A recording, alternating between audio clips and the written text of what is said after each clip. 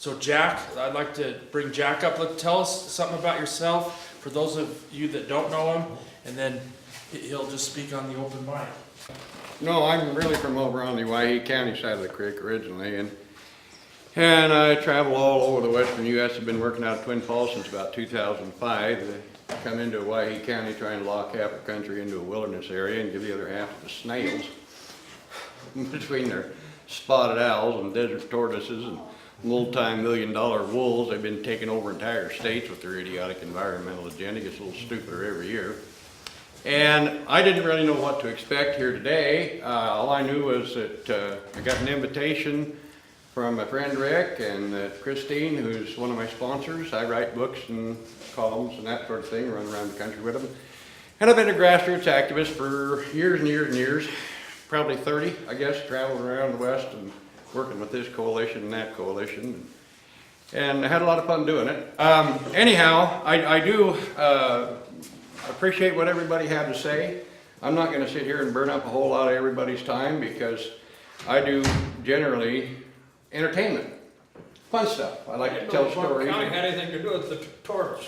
Pardon me? I didn't think Clark County, Nevada had anything to do with the tortoise. Well, yeah. You know, I could go on for hours and hours about this environmental stuff. You'll know who's the president of the Farm Bureau? Priestley, right? Yeah, Frank Priestley. Yeah, Frank. Yeah, a couple of years ago I was down there talking to Frank Priestley. Me and Chick Hodgson were down there, and Frank said, you cannot calculate the amount of money that the Endangered Species Act has cost the American people, and he's right. Billions. It's going to run into the trillions. Billions, yeah.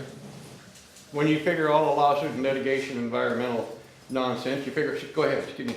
Well, right now in California, that smelt there, Sacramento or Delta, they're taking water, they're drying up 400 to 500,000 acres of prime California land. That's where we get the food here, and it's costing millions, billions of dollars of lost revenue. Trees are dying, have already died, they're pulling them out. Yeah, I've got work for 2 different companies in California. It's a real mess.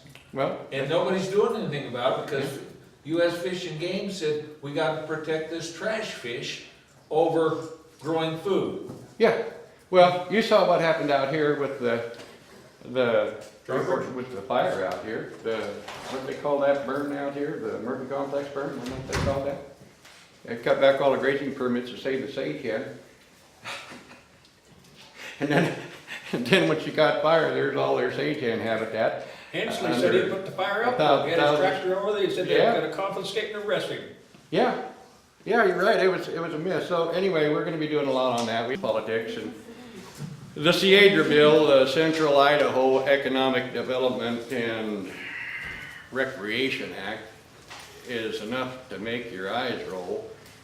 I never heard of any benefit to anybody's economy by locking up another 400,000 acres of a stretch of country into wilderness and trying to trade 400,000 acres that he wants to basically hand over to the custody of the Sierra Club for 3,500 paltry acres in Blaine and Custer County, when the great United States of America just gave away 36 sections, or 36 square miles, a township, to the Chinese in Canyon-Nada County. Okay. You know, now, Where's this at located, Jack? what? Where's this located now? The township that they granted to that they sold to the Chinese? Yeah. Right over Nada and Canyon County, so far as I know. South of Boise, ain't it? Yeah, Yeah. yeah. 36 square miles. Out by the prison? Yeah, it's a lot of country. Yeah. 6 by 6. And I guess, With water. if Congressman Simpson thinks that we need another 400,000 acres of designated wilderness in central Idaho, and don't try to tell me or don't let anybody lead you to believe that it's only 200,000 acres, because they have no clue how much wilderness they've got. You'll hear people talking about how the state of Idaho is 67% federal land. Well, that's malarkey. There's not a word of truth in that. And the reason is because they surveyed all this mountain country in linear square miles. Well, 640 acres out here on the flats, 1 square mile up in those mountains, could be 3,000 or 4,000 acres, even more. Just depends on how high the mountains are and how steep the terrain is. They don't even have an inventory on what they've got. They don't. And they have no idea how much of this country the federal government claims to control. I'm sure you saw the big fight down there in southern Nevada with Cliven Bundy, who went and he was doing a pretty darn good job till he had to stick his foot in his mouth and talking about how the black people ought to go back to picking cotton. I don't know what he was thinking. You know, geez, Cliven, what are you trying to do? Get us all killed? But anyway, it was, you know, I guess stupid is as stupid does sometimes, but Cliven needs to take a little media training course, I guess, something, I don't know. But it's the fight really is over who owns the land or controls the land. And Cliven is saying that the state of Nevada owns and controls the land, and I agree with that. I don't agree that black people ought to go back to picking cotton, but I do agree that the state of Nevada ought to own public lands down there, and I think that the state of Idaho is perfectly competent to manage our public lands. And so anyway, Brian Smith touched on that, and he talked about the way the government had been locking up our land and resources. He talked about how they've run this debt up to over $17 trillion.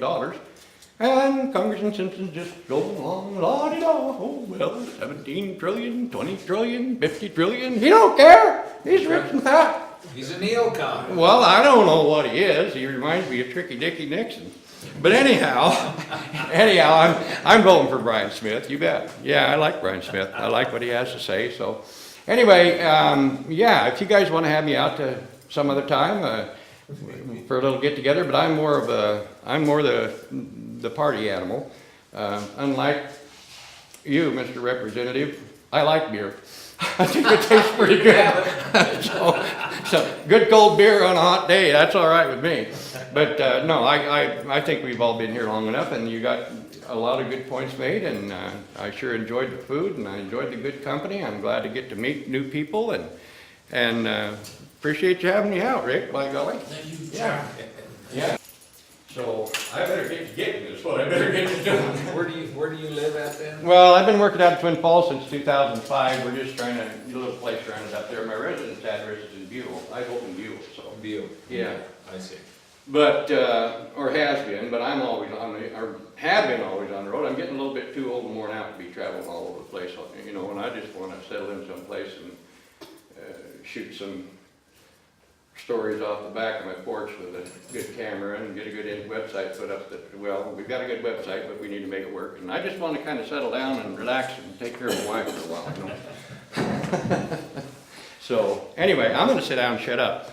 But thanks for being here. I'm glad people are showing up.